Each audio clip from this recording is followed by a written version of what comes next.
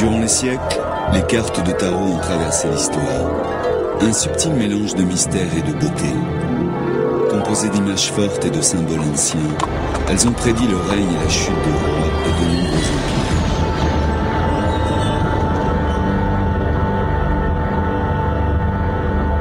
empires. Liée au plus ancien système mystique, l'origine des cartes de tarot est aussi mystérieuse que la source de leur pouvoir.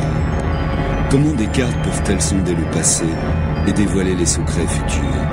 Et comment les cartomanciens utilisent les extraordinaires images dessinées sur les cartes pour démêler nos plus profondes et sombres préoccupations?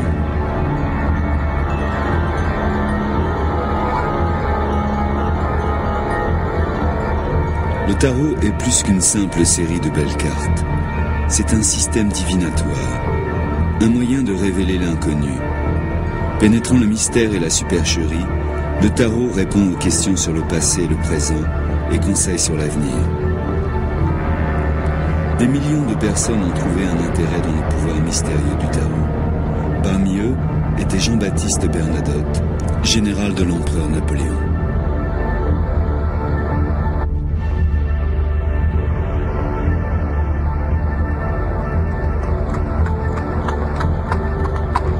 La France, janvier 1804. Bernadotte venait d'arriver chez la célèbre cartomancienne, Mademoiselle Lenormand. Il avait entendu parler de ses dons pour prédire le futur et voulait tester ce pouvoir sur lui.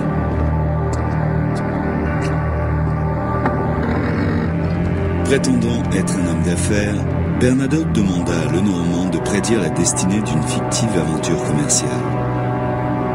Comme elle le faisait pour tous ses clients, elle lui demanda de mélanger les cartes et de se concentrer sur la question qu'il venait de poser.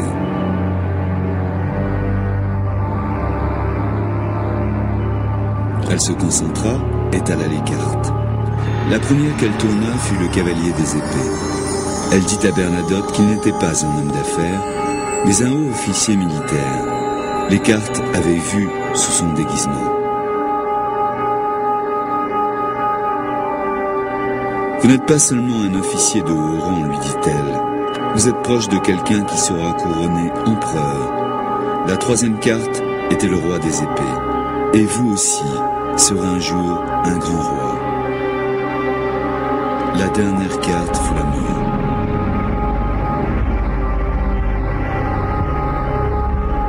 Si elle disait vrai, alors Napoléon deviendra empereur de France. Mais si Bernadotte devait devenir roi, devrait-il renverser Napoléon?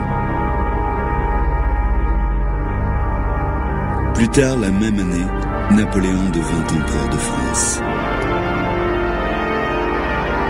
En 1818, 3 ans après la chute de Napoléon, Bernadotte fut couronné roi, pas de France, mais de Suède.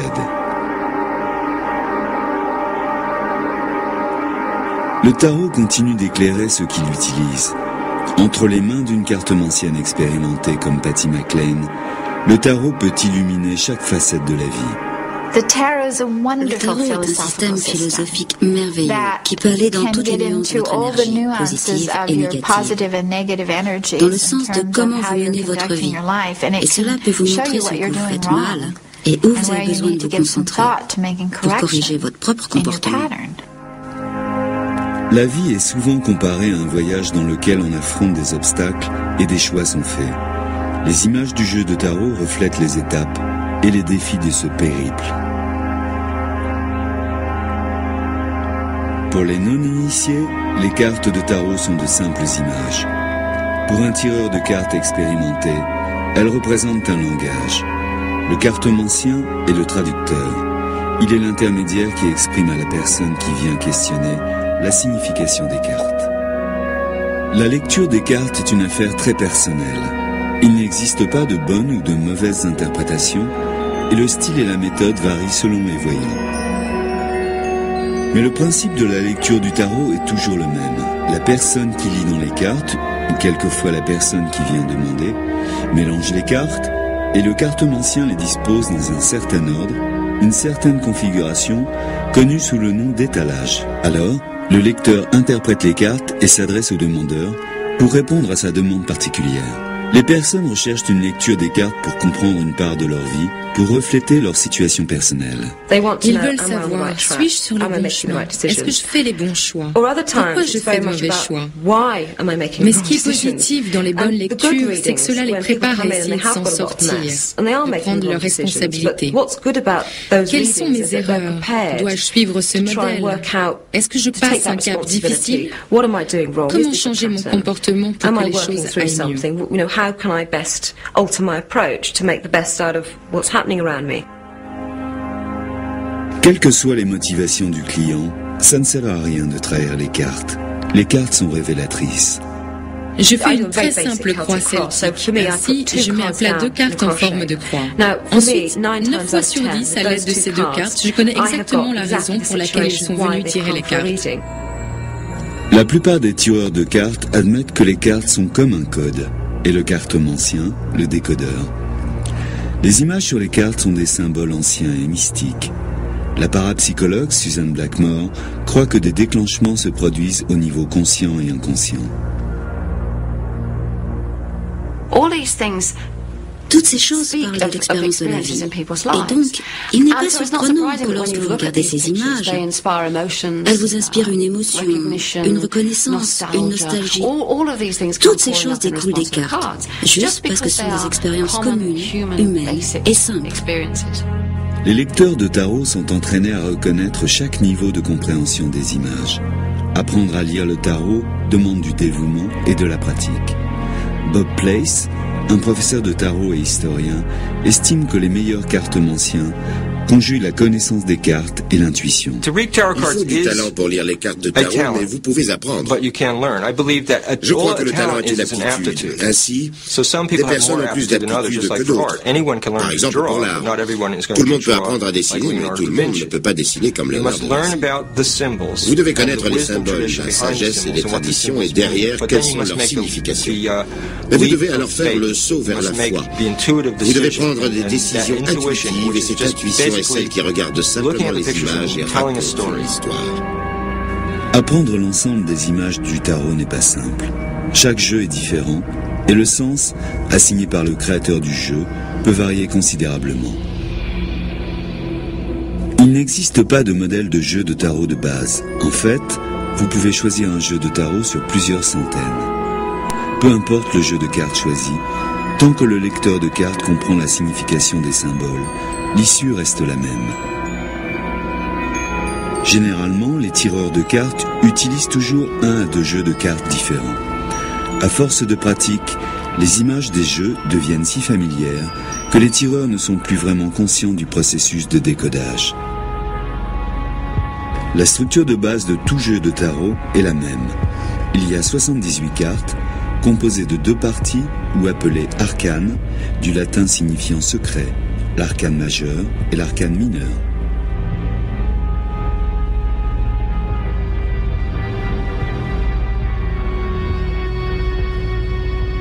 Les 56 arcanes mineures sont les précurseurs de nos cartes modernes, et comme elles sont divisées en 4 suites. Les arcanes majeures sont sensiblement différentes. Ce sont toutes des images complexes. Elles représentent des archétypes, les symboles universels que les psychologues croient présents dans le subconscient collectif. Les cartomanciens voient les cartes comme caractérisant des défis de la vie.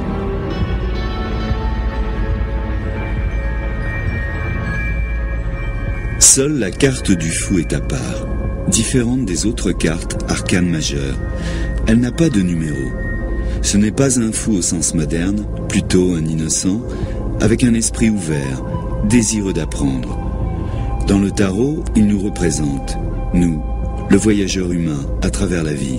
Le fou que je vois représente l'origine, c'est la carte 0, pas de commencement, pas de fin, c'est juste cette expression spontanée d'énergie, sans morale, sans rien. Elle n'est ni bon ni mal, elle est tout simplement. Nombreux lecteurs de tarot interprètent le tarot en le voyant comme la traversée du fou à travers les arcanes majeures.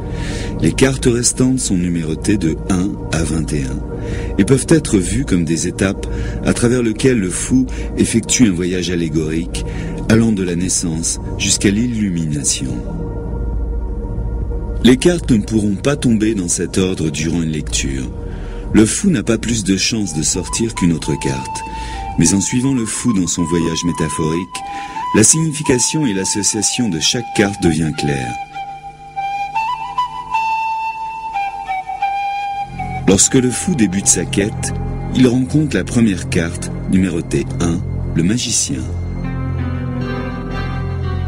Le magicien est l'intellect, c'est la face académique, la connaissance, le cerveau, le pouvoir, l'esprit, et aussi il est toujours représenté en désignant le paradis et la terre. Vous êtes conducteur d'énergie. Le magicien est un créateur. Il symbolise la naissance du fou, son étincelle dans la vie, ses énergies vitales. De lui, le fou apprend à créer des opportunités et des idées nouvelles.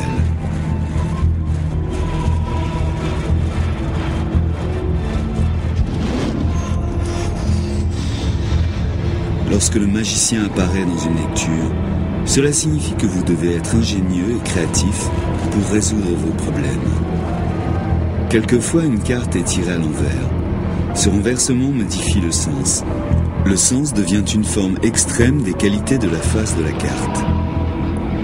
Par exemple, si le magicien est tiré à l'envers, cela suggère une fourberie, une supercherie ou une déception. La position de la carte est aussi importante que sa signification. Dans les étalages les plus simples, la position détermine la position dans le temps. Lorsque vous utilisez la technique des 3 cartes, vous demandez au client de les mélanger et alors vous en faites 3 piles. Et on considère que le tas de gauche représente le passé, le tas du milieu, la situation présente, et le tas de droite, l'évolution de la situation dans le futur. Si vous souhaitez plus de précision sur l'étalage, vous prenez littéralement une carte sur le tas approprié. Et à partir des influences passées, vous avez une lecture immédiate. Pour certains lecteurs, la position des cartes dans un large étalage détermine quel aspect de la vie du client la carte décrit.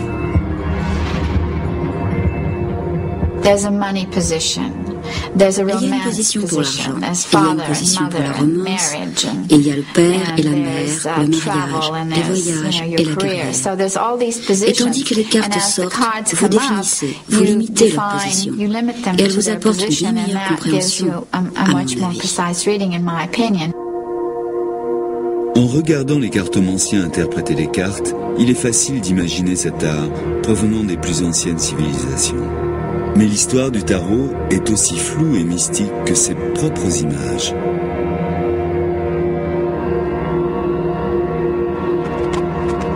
Les symboles mystiques sur les cartes de tarot suggèrent que leurs origines proviennent des anciennes civilisations d'Est. Des passionnés au XIXe siècle confirmèrent que les cartes provenaient de l'Est et sont apparues en Europe avec les premiers échanges commerciaux entre l'Est et l'Ouest. Une autre théorie populaire dit que les cartes furent ramenées des croisades contre les Sarrasins sur la Terre Sainte. Beaucoup de sciences comme les mathématiques, l'astrologie et l'alchimie florissaient dans l'Est et ont pu effectivement voyager sur ces routes. Mais le tarot n'est apparu en Europe que 2 siècles après la fin de la dernière croisade. Comment donc le tarot est-il arrivé dans l'Ouest ? Le professeur Michael Dummett, un expert dans l'histoire des cartes, est convaincu qu'elles ne proviennent pas du tout de l'Est. Il est pratiquement certain que l'origine des cartes de tarot provient d'Italie du Nord et du XVe siècle. Le plus ancien document leur faisant référence est daté de 1442, sur un livre de contes à la cour de Ferrare. Mais je pense qu'elles ont été inventées une vingtaine d'années auparavant, autour de 1420 probablement.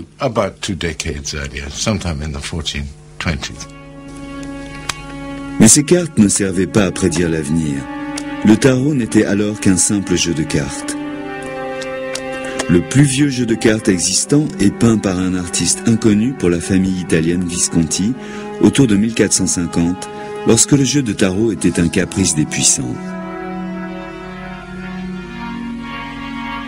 Les nobles étaient à la quête du plus beau jeu de tarot illustré à la main. La famille Visconti mit même le portrait d'un de leurs proches dans leur jeu, Sœur Manfreda, qui était un modèle pour leur version de la Grande Prêtresse, la seconde carte arcane majeure, représentant également l'étape suivante du voyage du fou.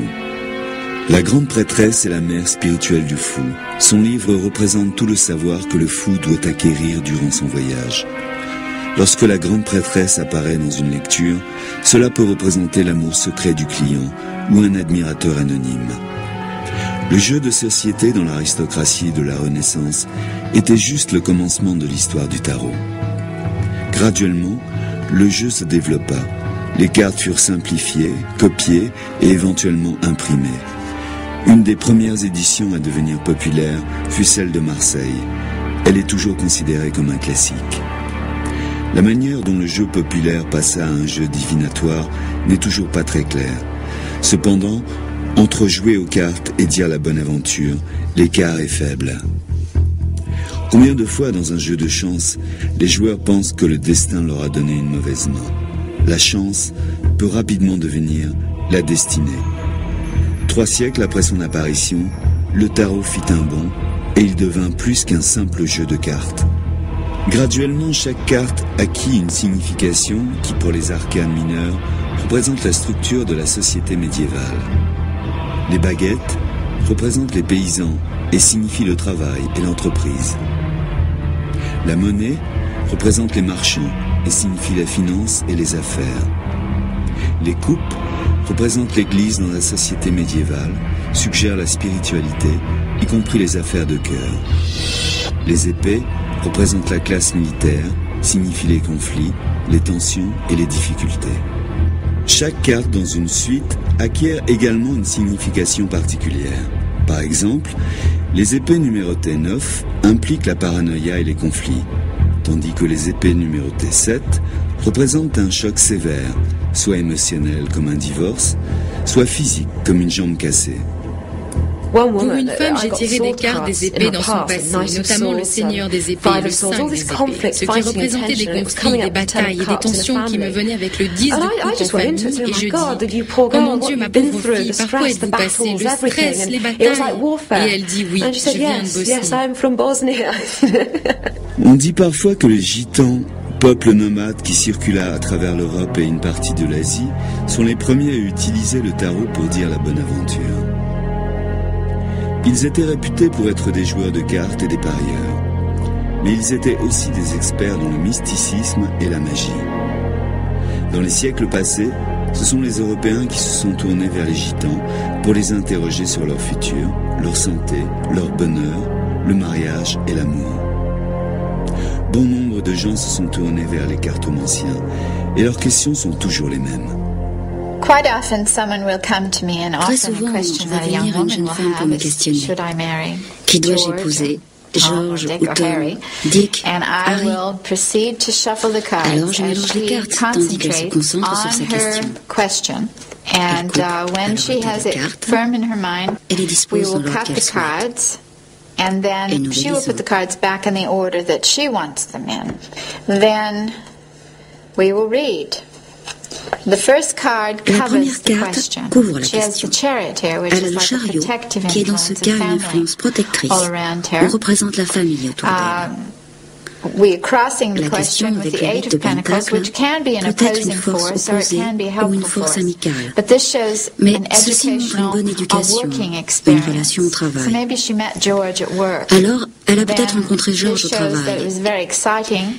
Et ceci montre que ce fut un événement très excitant, très prometteur, parce que nous avons la roue de la fortune en dessous. Il est possible que George ait été marié dans le passé. Nous avons un 7 de coupe. Elle souhaite depuis longtemps rencontrer quelqu'un. Et au-dessus d'elle, nous avons les amoureux qui sont très appropriés. Elle semble rechercher l'amour et le mariage. Elle demande, est-ce bon? Cela est très prometteur car nous avons le 2 de coupe, ce qui signifie amour réciproque. Tout semble très favorable pour le moment. Nous avons le soleil qui est une lumière qui sort et combat toutes les peurs qu'elle pourrait avoir. Nous avons l'étoile du destin. Cela signifie une situation destinée. Et ici, nous avons le roi des baguettes. Maintenant, ce pourrait être George qui a une ardente nature. Et voici la réponse finale. Aïe, nous avons un autre homme qui se présente. We have another man showing up. So, puisque les as the amoureux lovers peuvent can choisir indicate entre